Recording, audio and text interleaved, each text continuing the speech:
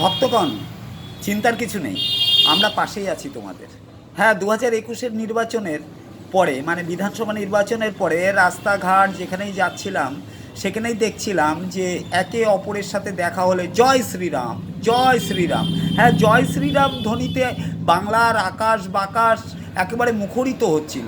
আজকে এই 2024-এর লোকসভা নির্বাচনের পরে সেই ভক্তদের আর খুঁজে পাচ্ছি না, যারা রাস্তাঘাটে দেখা হলেই জয় শ্রীরাম ধ্বনিতে মুখরিত করছিল।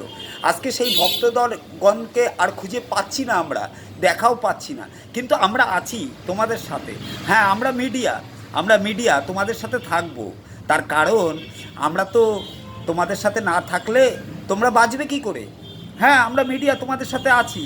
তাই 2024-এর নির্বাচনের ফল বেরোনোর আগে প্রধানমন্ত্রী, স্বরাষ্ট্রমন্ত্রী শেয়ার মার্কেটের ব্যাপারে যে সওয়ালটা করেছিল যে আপনারা টাকা খাটান, আপনাদের টাকা ডবল হয়ে ফেরত চলে আসবে। হ্যাঁ, একদিনের মধ্যে শেয়ার উন্নত এবং পরের দিনই শেয়ারের অবনতি, আর তার জন্যে ভারতবর্ষের 5 কোটি মানুষের 30 লক্ষ কোটি টাকার লোকসান। হ্যাঁ, 5 কোটি মানুষ যারা শেয়ার বাজারের সাথে ওতপ্রোতভাবে জড়িত, তাদের মধ্যে 1 কোটি মানুষ ভিখারি হয়ে গেলেন। বাহ, দুর্ধর্ষ! আমার মনে হয় না সারা পৃথিবীর কোনো রাষ্ট্রনেতা আছে যে, এবং তার আরেকজন পদাধিকারী স্বরাষ্ট্রমন্ত্রী দুজনে মিলে শেয়ার মার্কেটের ব্যাপারে ভবিষ্যৎবাণী করে মানুষকে প্রভাবিত করতে পারে। সত্যি বিচিত্র এই দেশ, বিচিত্র এদেশের শাসনকর্তাদের কার্যাবলী। তা আমরা মিডিয়া পাশে আছি। আমরা কিন্তু এ নিয়ে একবারও আলোচনা করছি না, আমরা আলোচনা করবও না, আমরা কোনো ডিবেট করব না।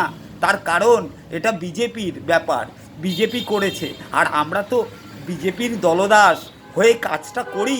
নির্বাচনের আগে থেকে শুরু করে সারা বছর, নির্বাচনের আগে পরে সব সময় আমরা তো এই বিজেপি, এই নরেন্দ্র মোদী, এই অমিত শাহের গুণগান করে তো মানুষকে প্রভাবিত করার কাজই তো আমাদের। আমরা তাই তো মিডিয়া, আমরা তাই তো 1 নম্বরে থাকি, 1 নম্বরে আছি, সবার কাছে আসি। সন্দেশখালির ঘটনা আমরাই সবার আগে জানি, আমরাই সবার আগে সবাইকে বলি। তাই 30 লক্ষ কোটি টাকার এই শেয়ার স্ক্যাম, এই নিয়ে আমরা কোনো ডিবেটে যাব না, আমরা কোনো আলোচনায় যাব না, আমরা কোনো বিতর্কে যাব না, আমরা এটা প্রকাশও করব না। আর তারপরে সরকার গঠন করার পরে যে নিট কেলেঙ্কারি, সর্বভারতীয় পরীক্ষার যে নিট কেলেঙ্কারি হলো, সেই নিট কেলেঙ্কারিতে সবাই জানলো যে 12, 15, 20 লক্ষ টাকায় নিটে পাশ করে ডাক্তার, ইঞ্জিনিয়ার হওয়া যায়। এটা তো কেন্দ্রের ব্যাপার না, এটা তো কেন্দ্রীয় শিক্ষা পরিষদের ব্যাপার না। আমরা বলবো কেন? এটা রাজ্যের হলে আমরা বলতাম দুর্নীতি হয়েছে। আমরা তো সমস্ত দুর্নীতির ব্যাপারে সজাগ, আমরা সমস্ত দুর্নীতির প্রতিবাদ করি। হ্যাঁ, সেটা রাজ্যের হতে হবে, অবশ্যই সেটা তৃণমূল কংগ্রেস সরকারের হতে হবে।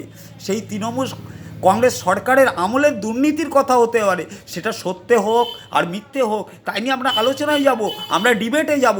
কিন্তু না, কেন্দ্রের কোনো বিতর্কে আমরা যাব না, কেন্দ্রের সরকারের কোনো দুর্নীতির ব্যাপারে আমরা মুখ খুলব না।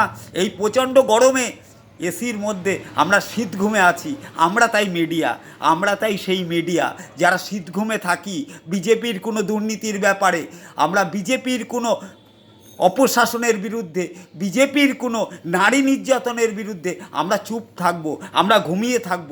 তখন আমরা কিছু শুনবো না, তখন আমরা কিছু দেখব না। তার কারণ বিজেপির কোনো ব্যাপারে আমরা কানেও শুনি না, চোখেও কোনো দেখি না।